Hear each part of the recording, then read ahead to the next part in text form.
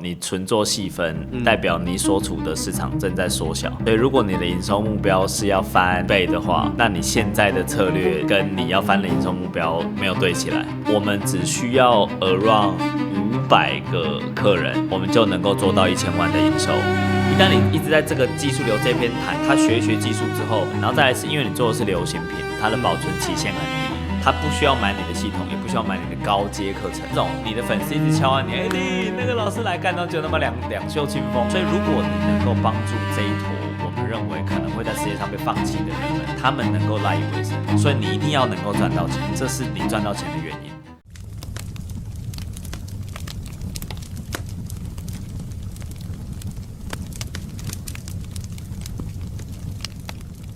嗨，大家好，我是 Kim。然后我们今天做了一个新的节目，当然拜莱文那个节目名称我还没想到，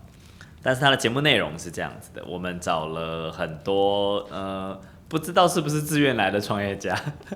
想要跟我们讨论他的商业模式能够还有什么样的进步。所以今天我面前有一位创业家 Eddie， 我们欢迎他，耶！大家好，我是 Eddie。你现在在做的是什么？我现在在做的部分就是我们公司的平台叫宇宙教育 ，OK， 然后我也邀请业界可能业绩比较高的美发师，然后来授课，录制成线上课程之后销售给台湾甚至台湾以外的美发师来学习。他们是一坨喜欢学习的人吗？在你熟悉的产业里面，是。那他们为什么要学习？因为还算潮流的产业嘛，所以如果今天有一个最新的发型，大家没跟到的话，大家会觉得这个没办法变现。你对未来营收的想法是什么？得新增产品 ，OK， 然后把订阅制，我们在12月1号的时候去把订阅，因为订阅制有一些人会，因为我们现在还没有做到分期的这件事，但听起来那个产品会挂掉。分期的话吗？就算了不分期，这个产品也会挂掉。我们把产品再细分类，就是男士理发，把它区分成可能是7000块的，然后烫头发的，女生烫头发的一个区块，然后染头发、漂头发的一个区块，再更细的拆成8000块的一个，就从可能卡住的时候，就会再更细分说。说服自己说，这个好像大家觉得比较贵，对，但是它的4大需求里面，满足需求如果没做到，你纯做细分，代表你所处的市场正在缩小，对，你才会要做细分嘛，所以如果你的营收目标是要翻一倍的话，那你现在的策略跟你要翻的营收目标没有对起来。对，所以你有可能会花更多的力气打造出一个没办法帮你做营收的产品。因为为什么我会这样判断的原因是，如果你接下来要推出那个产品包含订阅制的话，那个订阅制的产品啊，新产品的生产速度太慢了。对，所以它就会变成说，如果用户在第1年他已经消化完那些内容了，在第2年它的更新内容是比较少的，用户就不会愿意再付那个钱。没错，所以直接可以判断，你现在订阅前面就算有，后面也不会太好。续订，对，它现在这个问题是在这，然后再来是因为你做的是流行品，它的保存期限很低，就是它的知识含量的保存期限很低。所以一旦他进去看到不是最新的，是那种 like 就算2年前，他们可能都不太会看，因为染烫的这个世界变化速度极快，所以在这个情况下，如果你要推长期订阅，你要匹配的团队数值是高产内容，但是高产内容在你的损益表里面叫做你的成本跟费用会往上喷，然后按照你的判断，你的市场规模在缩小。然后你做一个成本跟费用往上喷，你的净利会变更少。然后你现在推的主要产品不会产生新的营收。如果你现在走这条路的话，你会挂，你的现金流会烧掉。有没有别的方法？你现在还试了什么方法？找国外老师跟往海外开拓。还有没有什么？开一家新的公司。干啥？开一个新的公司？因为我在开一家新的公司是做，好，我们先假设，如果一年每一个人会花2万块，我们先这么假设的情况下的话，我们只需要 around 500个客人，对，我们就能够做到1000万的营收。所以现在核心有2个目标，目标1有一个2万块的产品 ，OK，目标2，我们要有500个客人，对，会买这个2万块的产品，对，然后我们把这500块的，我们把这500客人平摊在 around 每一个月，对，所以每一个月我们的业务开发目标是40个客人，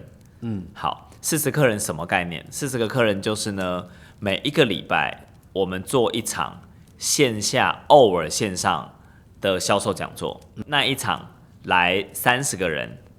我们成交1/3，成交率是30%，所以一个月我们就做4场，但是这个成交率30%嘛，对，那你可能会觉得太高了，没关系，我们砍一半，我们把成交率砍成15%，那一个月我们就做8场，又或者你把人数变多嘛，所以就3个，要么你频率变高，要么成交率变高，要么来的人数变高，然后在这个情况下，只要你能够维持成交率，你是不是就可以完成第1年的第1周，你会收到按照周目标你会完成的目标嘛？没错。好，如果周目标达到预期，那接下来这1年的52周重复第1周的动作52次，对，你就达标了。对，好 ，if 目标 fail 了，我们没有完成这个事，那你就剩几个嘛？成交率的提升，然后来参加说明会的人变多，对，就是这2个参数在动来动去，所以我们一直没有动的是产品，对，所以你现在会遇到一个问题，就是如果我们的产品现在的客单价是2000块的话，对，那代表你1年要 close 5000个人，但按照我刚跟你聊天的，就是那个你这个行业的进出人口数是一样大，对，就很多人进来，也很多人走，所以活下来的其实是等量。那在这个情况下，全世界需要剪头发的人有微幅上升，但也不会无止境。所以你在一个零和游戏中，这坨人一直进来，同一坨人会消失。所以如果你没有把一坨人黏住，让他们有持续的技能提升的话，那你这个商业模式所带来的现金稳定流就会很不稳定。这是结构1。那你的结构2是，你刚刚想要开一个新的公司，然后他推出一个新的产品，叫做帮他服务，OK 好，这个服务是让活下来的设计师才有效的，因为他死掉之后他根本没有客人嘛，他干嘛用这个？所以呢，你的课程的第1阶段叫做帮你活下来，第2个阶段叫做教你如何经营生意。好，那这个经营生意这一条线你切过去，你不一定要懂剪头发，你才会懂经营生意嘛。所以你要帮助他们从技术流推到经营流。一旦你一直在这个技术流这边谈的话，他学一学技术之后，他不需要买你的系统，也不需要买你的高阶课程。对，所以在产品矩阵里面，现在的矩阵没有东西会组合起来像2万。所以你要往经营去走。那依照我的经验，他在经营走完之后，他的心态立刻会出问题，然后接下来才是系统。他走完前3个动作之后，他一定会又有一个什么把这个东西串起来。所以这个时候才是你的加盟体系。如果你想要帮我做更多人，你可以加盟我的教学体系。我会告诉你怎么教出你的学生，你可以养一个自己的体系出来。所以别的老师基于他跟你合作后，他有自己的学生，自己你帮他打造的产品，那个时候你才会得到你真正想要的东西。如果5个老师，你造出来的5个老师，每一个人他自己能够产生1000万，你抽他的20%。当这个5个人完成后，他给你的20%会让你不用再做事情，所以这是你系统的目前的最后一个段落。所以你现在整个脉络里面，你只做了系统1，所以你赚到了系统1。对，然后呢，那个系统1如果它在扩张的过程中没有持续很大的扩张，你就在一个缩小的市场。所以我们刚刚做的判断是在这里，如果你要做缩小的市场，你做很尖，它就钱很少。所以你要推出个高价课程，是技术跟经营同捆的，经营跟心态同捆，心态跟系统同捆，你就能够一路迈上去。但你要有个你的私欲。因为那一坨人会从1、2、3到4的原因，是因为他被你洗脑了嘛？就因为你肯定认识很多技术很猛，但活不下来的设计师，是，然后他们的流量大部分都是靠推荐流量嘛。我剪你喜欢，推荐给下一个人，你来剪。那剪头发是一个对男生来说粘性很高的事，基本上你大概这辈子，如果你剪了一个人还可以，3、5年之内你大概应该都是他服务。没错。所以按照这个情况来说，只要你帮那个设计师设计出第1套粘性模型，他至少在3、5年之内他应该不会死掉。但是大部分的设计师就是拉新、留存、转化、增值嘛的留存都很烂。它留存都是怎么做？都是客人来那一刻他才在留存，客人走之后你他妈跟我没有关系。然后我也不会铺，当然有些设计师会扣客了，但大部分的设计师不想干这件事，因为我他妈是艺术家嘛，我干嘛做留存？所以如果你的系统帮他拉新 and 帮他做留存，那你系统很屌，这个生意是你第二个很大的生意。现在正在做这个，但是你现在的问题是这个在变小，对，所以1到2会变少，对，你要先放大1，然后你心力要在2这边慢一点。因为一旦2做起来之后，立刻这个是一个新的现金流在燃烧，然后这边现金流在 drop， 所以你会有那个现金流差，所以你2要慢一点，1要赶快起来。1要赶快起来，就是你要把贵的产品做出来，然后把它套回去，变成我们刚刚讲那个公式。要么你来客量变多，成交率变高，销讲次数变多，这一些东西你做完之后，重复1年做52次，你就可以完成你的问题。刚讲的那个52堂课，有可能是线上跟52周的52周的销讲，卖一个产品一模一样。OK， 就好像创业大课的说明会 ，Yes， 可以这样子理解。没错。那这一个课程你自己会觉得，如果要做的话，有可能做到再更多一点人来的情况之下，就是实体加直播这件事。我现在卖一次给你看。大家好，我是 Eddie。我一直想要解决发型界的一个问题，就是我认识很多优秀的发型师，他们都活不下来。我想要解决这个问题。我想要解决的事情是，不仅你们拥有卓越的技术，并且你真的能够打造一个你赖以为生的世界。我知道你们大部分的现在的人都在某一个发廊任职，我知道你们特别不喜欢被抽成的感觉。那么有没有一种可能，如果有一天你能够靠自己的努力，我给你一个系统，让你能够学到技术，也学到如何管理你的客人，有机会让你自己当老板，你想不想来听听看这场说明会？接着会有一坨人来到线下，那他们的脑子在想什么？我想自己干。我想学习技术，但我也想学习系统。接着，所以我们开始讲，如果你想要未来自己有一间发廊，你势必要学会技术的传承嘛。所以呢，我们的课程中有技术传承课，教你最基础剪，教你剪组烫各种你该学的东西，但是你们术语我不太懂。当你成为进阶设计师时，你会节省大量的时间在带菜鸟。这是第一个我要卖给你们的产品。第二个我要卖给你的产品是，当你学会设计师时，你一定要注意你的客人怎么来嘛，你怎么让客人越买越多嘛，你的话术设计、产品设计你该如何做。接着过完第2段时，你会发觉大量的人工在第2段，你不想这么做，我知道你也不想，我做了一个系统，帮你管理这些来客、留客、客人不要走、客人不要来，诸如此类的这些东西。最后我要告诉你，一个经营者应该经营公司的心态。而这4个东西，在今天我们卖79800，48个小时之内，如果你有机会结账的话，我希望用2万块的方式，能够让你买到这个课程。结束，就是这样，重复做这件事，你就可以拿到我们刚刚讲那个事情。那只要你能够把3个数字算出来，多少人来到现场或线上，你的成交率是多少？客单价我们刚刚大概定了嘛，我先假设它是2万好了，所以我们1年只要解决500个设计师的问题，你现在想你就知道那些人在哪。那我们再讲另外一个东西，那这500个人我们怎么拉新来嘛？就是 Eddie， 你去帮我录一个短影音，照我刚刚那个讲法，你录一个短影音，拿那一则短影音去打广告，它就成为你的拉新了。那它的开头 always 很类似，它的开头都是我非常懂你们的感觉到底是什么。就是那种我要担心到底下个月会不会有客人，我老板会一直问我说你为什么不扣客，的这种心情，我非常非常懂。然后我开始讲自己是谁嘛，我以前是做发品业务，我为什么会做这个行业的原因是因为我跟谁非常非常熟悉，我看见了这个行业有一个很大的痛点，然后于是我在过去的4年或者过去几年，看你创业多久，过去的5年，我重复验证这个解决方法是有效的。但我现在想要告诉你这个解决方法，如果你想了解更多，欢迎你加入我的私域群。好，接下来算数学，如果那一支影片被1万个人看到，我们抓10%的人比例会进来你的群，是不是1000个人？对，那是你这个影片发布的第1周，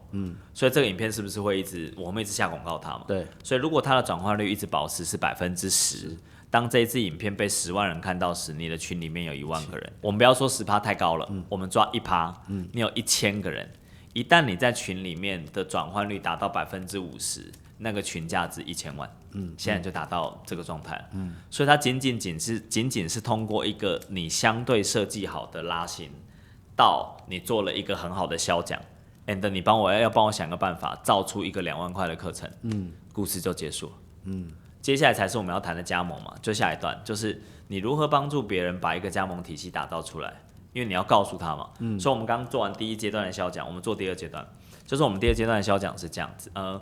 所有跟着我们优秀的设计师，他们都已经在我们的帮助下打造出自己的事业了。对，我们希望，如果你希望把这个事业做得更大的话，你们要学会如何帮助他人赚到钱，因为现在他是自己富起来了嘛，对，但跟着他的人没有每一个人都走起来，所以如果你想要学会如何帮助他人也能够打造一份事业，那我现在要告诉你这个差月差日，请你来到XXX说明会。然后那一坨本来在你私域群里面赚到钱的人，是不是他妈就会跑来？对，开始在一顿做完，差不多就是一个2-3千万左右的生意。然后你大概可能可以赚个40%到50%左右。来，有没有什么其他你想问的事？对于海外的设计师，这个是一个很好的想法，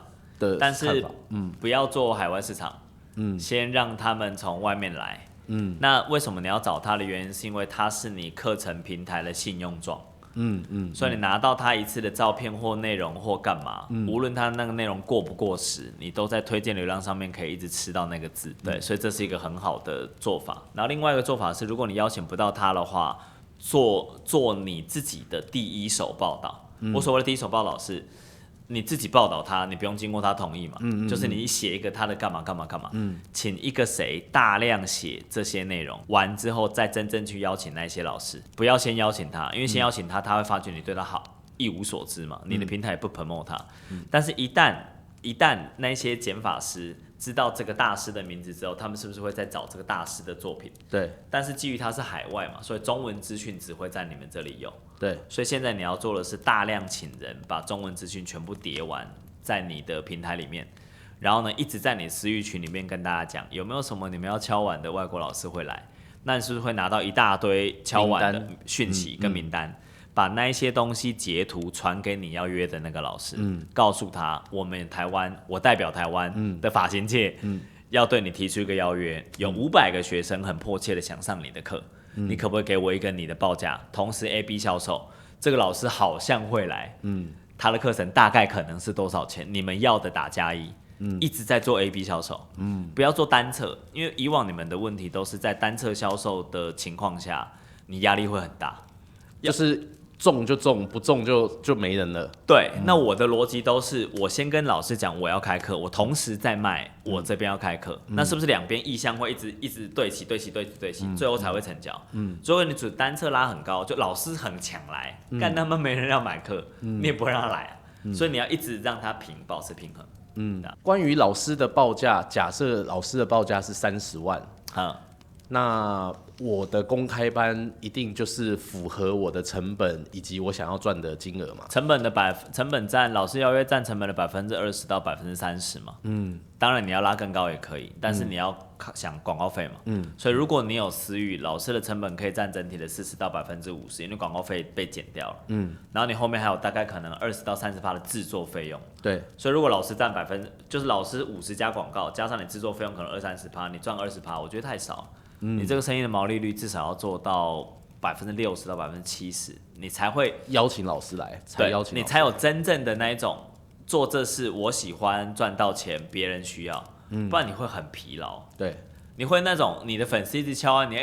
那个老师来干到就他妈两袖清风，我觉得不要做这个事，要做那一种你也会赚到钱，他们也很开心，老师也很喜欢做这个生意。不要做老师很喜欢，他们很开心，你不开心，这个事你不会做很久。对，你要去想，其实你们在做一件不是很容易的事。因为讲这句话也许不是特别好听了，但是很多会进入剪发业的人，大部分都很早就进去行业。所以如果你能够帮助这一坨我们认为可能会在世界上被放弃的人们，他们能够赖以为生，你做的事情很屌。所以你一定要能够赚到钱，这是你赚到钱的原因。因为如果我不让你赚到钱，他妈的这个世界有很多的人你不想救他了，所以逻辑不对，你应该要赚到钱才对，而且你要赚到很多钱的，就可以帮助到更多发型师。Yes， 对，好 ，Yes， 感谢，谢谢，谢谢，拜拜。拜。